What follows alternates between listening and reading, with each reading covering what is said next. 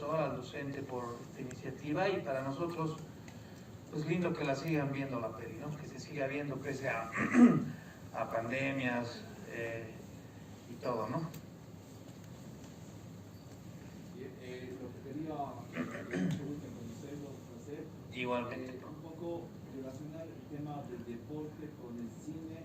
Se ha visto muchas producciones, pero creo que es la primera vez que se lo hace en Bolivia. Es una iniciativa que sin duda alienta a quienes quieran estar en el mundo del deporte, cubrir el deporte y también el tema cultural, porque la materia que estamos dictando es periodismo deportivo y cultural. Entonces es una simbiosis y no hay mejor ejemplo que lo que ustedes han hecho con esta película que realmente ha cautivado a muchos que estamos involucrados en el fútbol, sobre todo. Bueno, sí, muchísimas gracias. Reitero el agradecimiento por haber tenido esta idea, que me parece, claro, es interesante. Todo hila como para que estemos acá, ¿no es cierto? Comentarles desde luego que nosotros venimos del mundo de la publicidad, y cuando decidimos hacer una película, porque la vida publicitaria nos llevó a la producción y la producción nos llevó acá, ¿no? A este momento. Cuando decidimos hacer nuestra primera película, de los 3 o 4 proyectos que teníamos ahí en el tintero, decidimos empezar por acá, porque, bueno, vimos mucho potencial en la historia. El deporte es masivo, el fútbol en este caso es masivo a nivel mundial, ¿no? Entonces, la historia original es un drama épico y que más es verídico, ¿no es cierto? O sea, esta historia de que los jugadores de un equipo de fútbol vayan juntos a una guerra, ¿no es cierto? Participen en la batalla más decisiva de la guerra, sean además de alguna manera protagonistas de la victoria, porque así lo han sido. La batalla se llamaba, si vieron la última parte, la batalla en realidad se llamaba Cañada Esperanza. Otros autores la llamaban Cañada Cochabamba, y otros la conocían como Cañada del Carmen.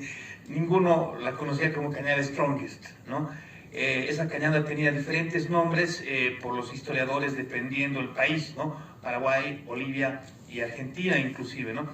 Entonces, fue tan decisiva la participación de los jugadores de fútbol que, bueno, pasó a la historia, pasó a la historia, digamos, el valor de este contingente de stronguistas, y a los años 40 se empezaba a decir la batalla de Cañada Strongest, y se fue popularizando esta historia, y al final los propios historiadores bolivianos, ya en los años, entrando a los años 50, la empiezan a denominar en todos los libros de texto ya como Cañada Strongest, el cual es el nombre oficial ahora, ¿no? O sea, es decir, los jugadores del club realmente cambiaron el destino de esa batalla de manera tan decisiva que rebautizaron esa batalla y esa cañada que, bueno, actualmente recibe ese nombre, ¿no?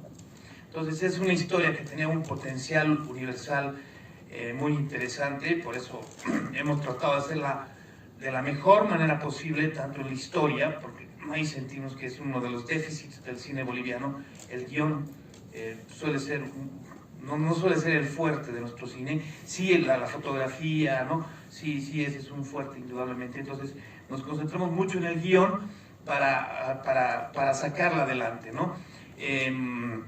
Y bueno, otro tema importante en relación a la parte deportiva es que, bueno, también como fue creada por fanáticos del fútbol, porque sí, la verdad es que Franco y yo somos fanáticos del fútbol, tuvimos mucho cuidado justamente en el mayor déficit que suelen tener las películas de fútbol, que son las escenas de fútbol, ¿no? Normalmente en las películas de fútbol el protagonista no sabe nada de fútbol, no sabe de agarrar una pelota. Entonces la disyuntiva era, ¿qué hacemos? ¿Le enseñamos a actuar a un futbolista o le enseñamos a jugar fútbol a un actor?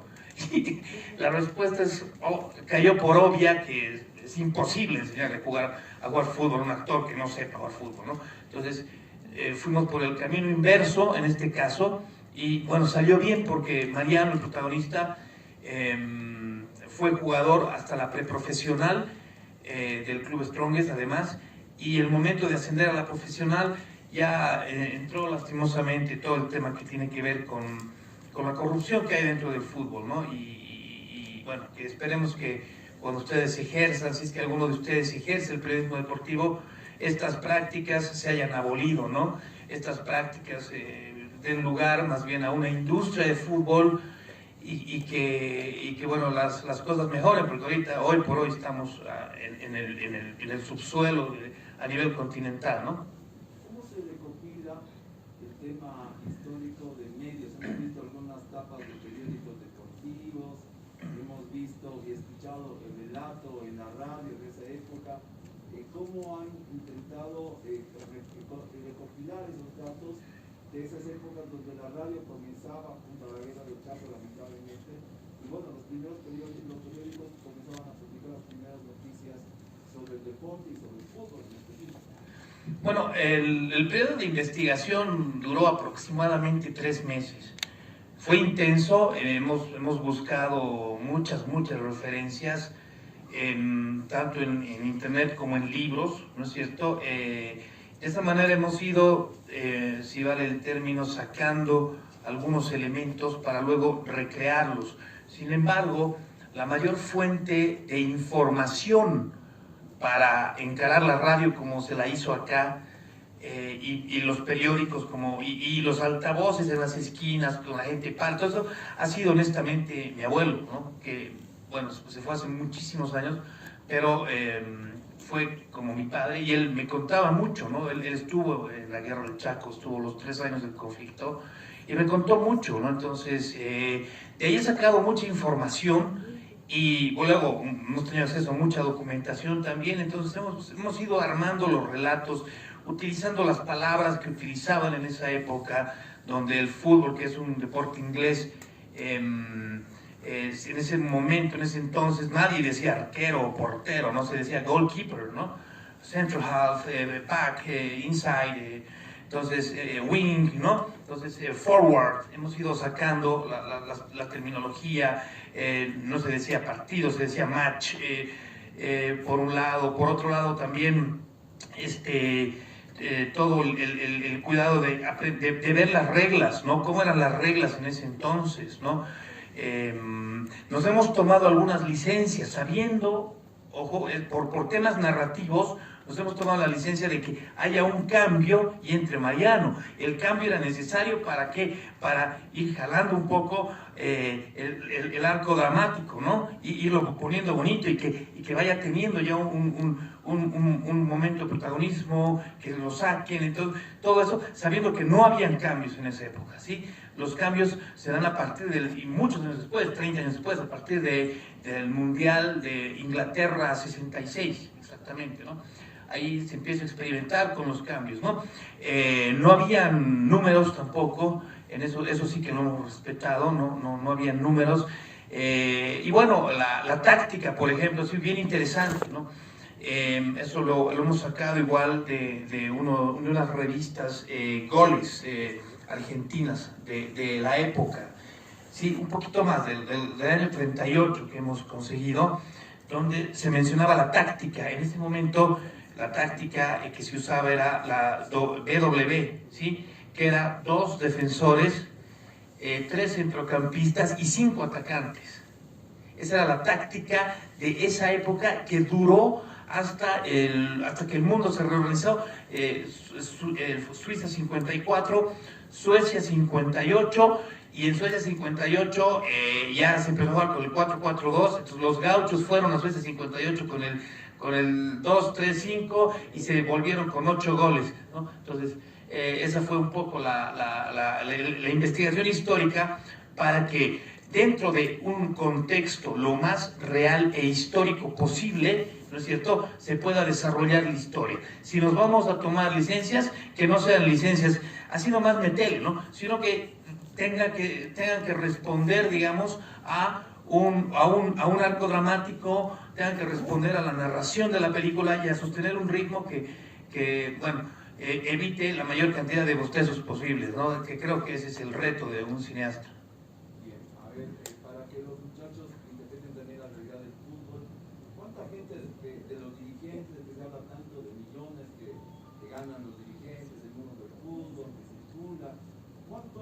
apoyado la federación, el club de Strongest o la división profesional de la película? Si se han visto involucrados, si han asistido a las salas cinematográficas, a capaz realmente aprender mucho de las lecciones que demuestra esta película para los dirigentes actuales del deporte. Bueno, la dirigencia de entrada nos dio la posibilidad, les llamamos el proyecto, pensamos honestamente que se iban a sumar entusiasmados porque es un logro mucho más que un logro deportivo, ¿no es cierto? El clásico lo ganas y si al día siguiente pierdes 3-0 con Oriente en La Paz, es el mismo problema. Este es un legado que le queríamos dejar a la institución. Pensamos que iba a ser acogido de otra manera, pero digamos que la respuesta es, nos han prestado el estadio. ¿Sí? Eso es todo. Eso es todo. Es todo el apoyo que hemos recibido del club, de la dirigencia y de la Federación Boliviana de Fútbol. O sea, y a todos les hemos hecho conocer que en su momento hemos necesitado apoyo. Esta película es una película bastante costosa, ¿no? Y evidentemente nos hemos metido en una guerra pensando que se iban a sumar, pero no ha sido así, ¿no? Y al final hemos sacado apelando al amor propio y al patrimonio y a la deuda, ¿no? O sea, así nomás.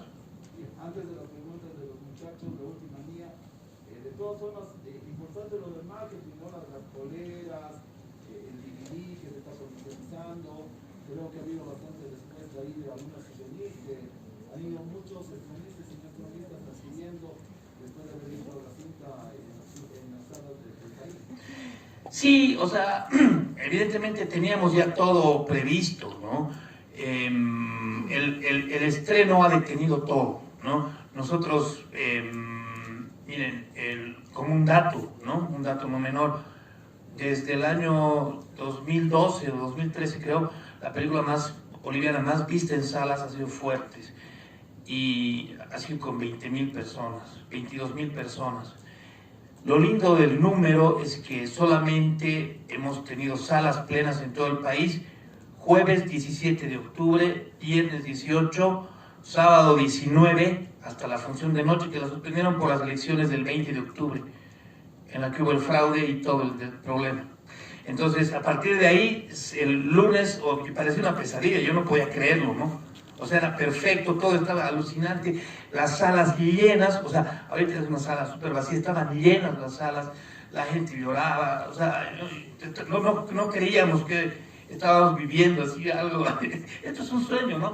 Y bueno, el sueño nos despertaron el domingo en la noche, ¿no? Y hay problemas y el martes el país estaba en llamas y el miércoles se cerraron los cines en casi todo el país, menos en La Paz.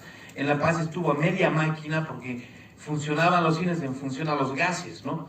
Ya, ¿no? A ratos te sacaban del multicine, o sea, y bueno, fue un desastre, ¿no? El estreno quedó totalmente en nada, ¿no? Pese a todo pudimos meter 22.000 personas y bueno, lógicamente no hemos llegado al break-even porque esto es un negocio, ¿no? Era un negocio, ¿no? Ahora seguramente sí vamos a hacer un reestreno y vamos a tratar de retomar la carrera que creemos la película se merece, ¿no?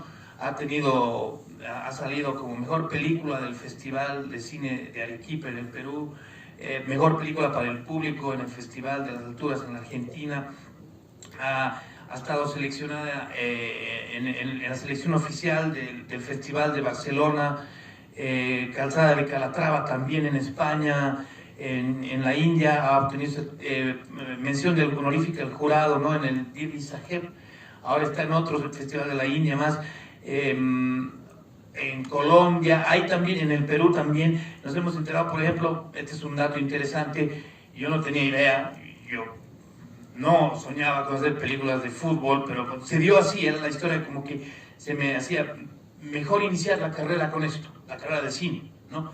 Entonces, ahí no es que conocí el mundo del cine deportivo, hemos encontrado nos han buscado como de 4 festivales temáticos del cine de fútbol. O sea, había una movida muy grande en el mundo del cine, de cine de fútbol, ¿no? O sea, 40 películas por año a nivel mundial, ¿no? ha sido así como una sorpresa, no sabíamos que había tanto cine de fútbol, ¿no? Ajá. Ahora sí, muchachos, no sé qué consultas tienen ustedes, por favor, con el director de la película, la gente de la producción, que amablemente se está acompañando. A ver, vamos. ¿Cuál ha sido el punto de partida que se ha tomado en cuenta para realizar esta película? Es decir, ¿cuál ha sido la principal razón para poder llevar a cabo todo este film? Bueno, la principal razón ha sido que se había tomado la decisión ya después de haber hecho toda una carrera en el mundo de la publi y obviamente el cine publicitario también, que queríamos contar contenidos, queríamos narrar, queríamos contar historias, ¿no? Queríamos contar historias, hacer cine, y estamos en eso ahora, ¿no? No es que por el problema de la peli y el estreno fallido hemos salido de ese objetivo. Habíamos decidido empezar a contar historias porque creemos que Bolivia tiene un potencial a nivel de historias muy fuerte. Tenemos mucho para contarle al mundo en términos cinematográficos, ¿no? Por otro lado, somos un país, somos una locación que el mundo no conoce. Conoce el Salar, conoce el lago Titicaca y punto. Nosotros conocemos profundamente el país porque hemos filmado, chicos, producciones para publicidad en todo el país. Hemos recorrido el país por tierra, conocemos todas las carreteras, la más inhóspita la hemos podido conocer, digamos, ¿no? Entonces, vemos que es una locación maravillosa, Bolivia. Tenemos locaciones que están muy locas, ¿no? Y en ese momento que decidimos empezar esta carrera de cine, como les mencioné hace un ratito, esta historia tiene un potencial cinematográfico muy fuerte, ¿sí? Entonces era como perfecta. Entonces ahí supimos, este es el momento de partida, ok, hagamos la película de Cañada de Strongest. Y aquí no me remito a términos de pasión o términos de simpatía futbolera, ¿sí? Me refiero al potencial de la historia que pasó en Cañada de Strongest, ¿sí? Ese fue el punto de partida. Gracias. A ti.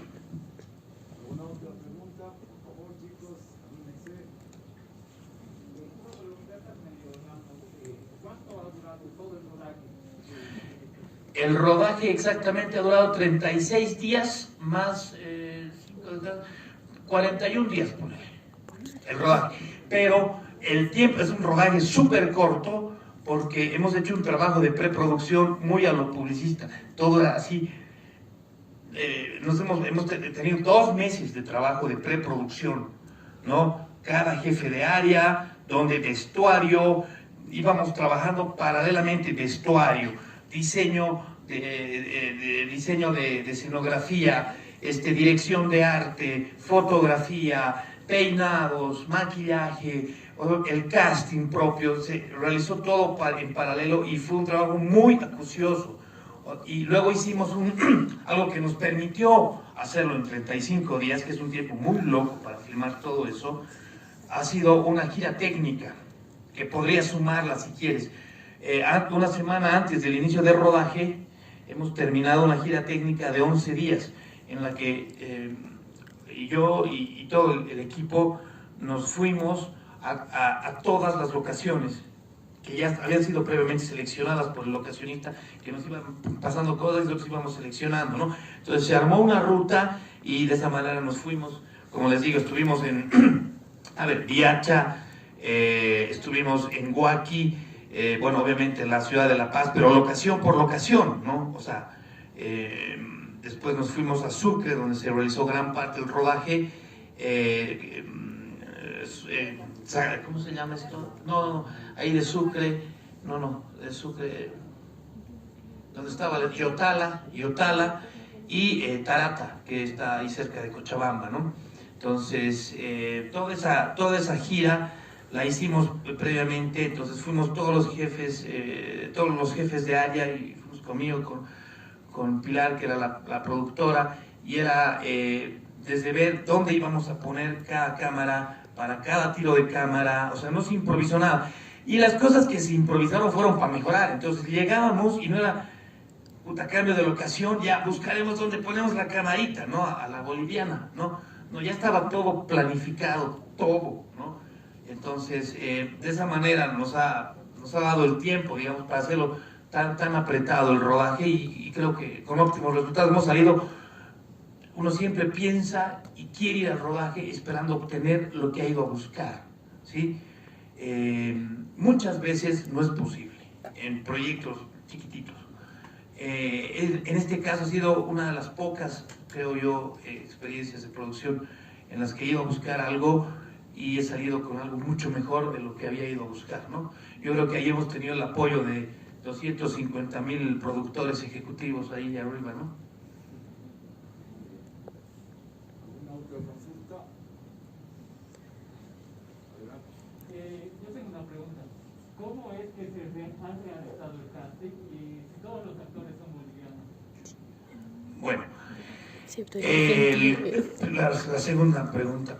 Primero, tenemos un actor extranjero, el que sea de Chato Reyes Ortiz, que es mexicano, Cristian Vázquez se llama, lo pueden googlear, está ahorita en varias producciones de Netflix, de HBO, la está yendo muy bien al Cris. Hemos decidido traer un actor extranjero, invertir en un actor extranjero, en dos en realidad, pero ahorita les cuento, porque creemos que es necesario también meter a gente muy talentosa que pueda, sin dar clases, enseñar al resto de actores, enseñarnos a nosotros mismos, ¿no? Entonces, evidentemente el Cristian ha dejado una escuela aquí, ¿no? Y aparte un tipo que les daba consejos a los actores jóvenes, a la tarde, a la noche tomando unas cervezas, los traineaba, los coachaba y no nos cobró por eso, digamos, ¿no? Y el otro actor extranjero es el Reinaldo Pacheco, ¿no? Que él está el paseñísimo de La Salle, yo, y estaba él en Estados Unidos y haciendo carrera, él está allá, pero lo trajimos para la peli, ¿no? Usamos el presupuesto de un internacional para traerlo al Reinaldo porque nunca había actuado en una película boliviana y es un excelente actor y bueno, nos ha contactado con gente interesante también él, ¿no? Entonces, esos son los actores, digamos, internacionales. El casting lo ha hecho el Fernando Arce, que es actor, es el que hace de Bullaín. Él ha sido el director de casting junto con la Dani Gandaríes, que era su asistente. El casting se realiza de la siguiente manera. Se hace un listado de los personajes que están dentro del guión, ¿sí? Eso, cada personaje genera el elenco, ¿no? Entonces, para cada personaje, ellos iban haciendo llamados. Yo tengo la agencia ahí, entonces mi labor de agencia de publicidad estaba así sobrepasada por colas de gente que iba, se entraba a la oficina de casting, allá adentro los filmaban, no sé qué, les hacían algunas pruebas, salían, ¿no? Entonces él y Daniela iban seleccionando y al final me mostraron alternativas para todos los personajes del elenco y se hacía un shortlist, ¿no? 3, 4 alternativas, 2 en algunos casos, y eso se les hace el callback, ¿no? Se vuelven a ir y ya se les hace una prueba de cámara mucho más potente para terminar de estar seguros. Y así fue. Y gracias a Dios pudimos conseguir todo lo que queríamos en el casting. De nuevo digo, más de lo que queríamos. Es una película que corrió muy bien hasta que empezamos con la post, ¿no? A partir de ahí comenzaron los suplicios financieros propios del cine boliviano, ¿no? Una última pregunta. Son 3 más. No sé si me podría contestar cuál fue su mayor dificultad a lo largo del rodaje.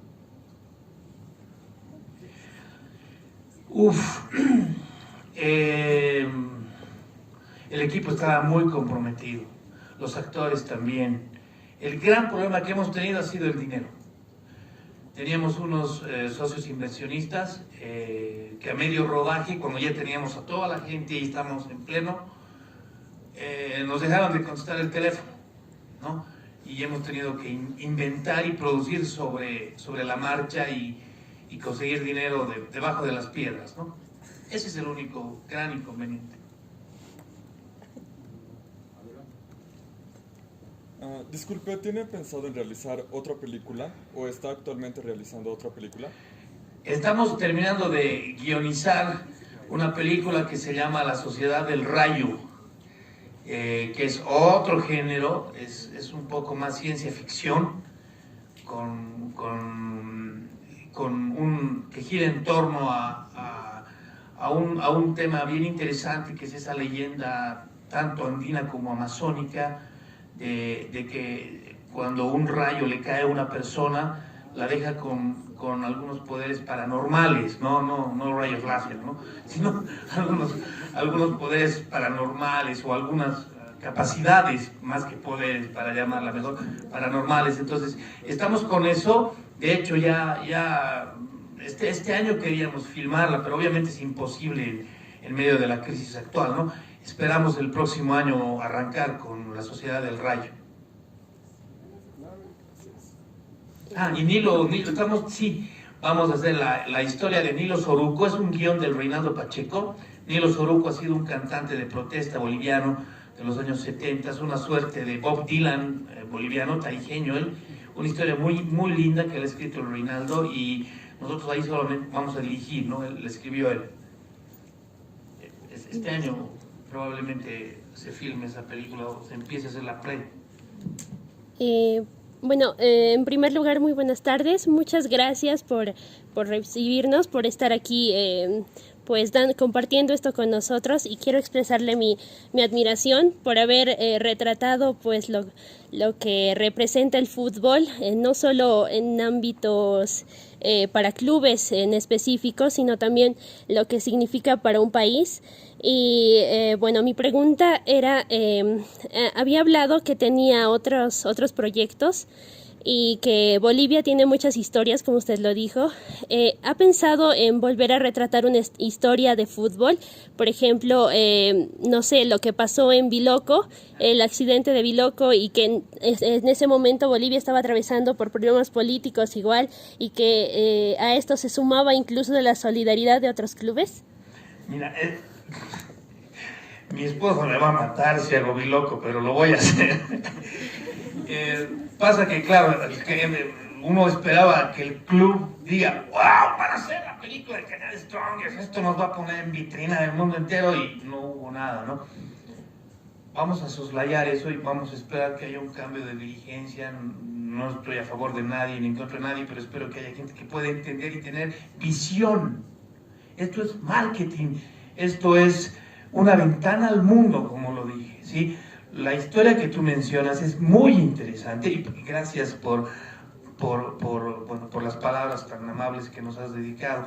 Mira, hay una teoría de confabulación muy, muy fuerte, ¿no? Porque ese mismo día que cae el avión en Biloco, el Tigre estaba volviendo en un vuelo del AVE, en un avión muy viejo, en un Douglas, y ese mismo día es el golpe de estado de Obando, ¿ya? Entonces, aparentemente tenía que ver alguien en ese vuelo. Y bueno, es la historia que se teje, que ha sido un atentado en realidad, ¿no es cierto? Ya hay algo pensado para hacer Biloco, honestamente, ¿no? Es una perspectiva muy diferente a la que queremos ahondar, es desde la perspectiva de la ausencia, ¿no? Porque han muerto ahí, bueno, muchas personas, y cada persona que muere, muchas veces hacemos un número, más 63, no es tanto, digamos, ¿no?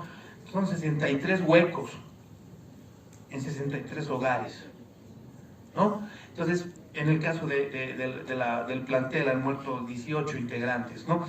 Y bueno, es interesante, es una historia súper interesante la de Biloco. Espero poder hacerla.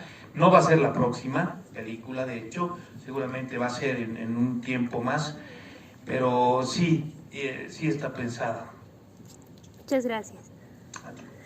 Bien, te agradecemos por tu presencia, nuevamente las felicitaciones, y como periodista deportivo hablamos que los dirigentes observen esta posibilidad, que como tú dices es una vitrina para marketing, para presencia internacional.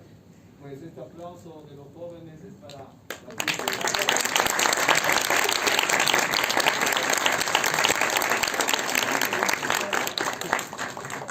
Muchas gracias. Gracias a ustedes.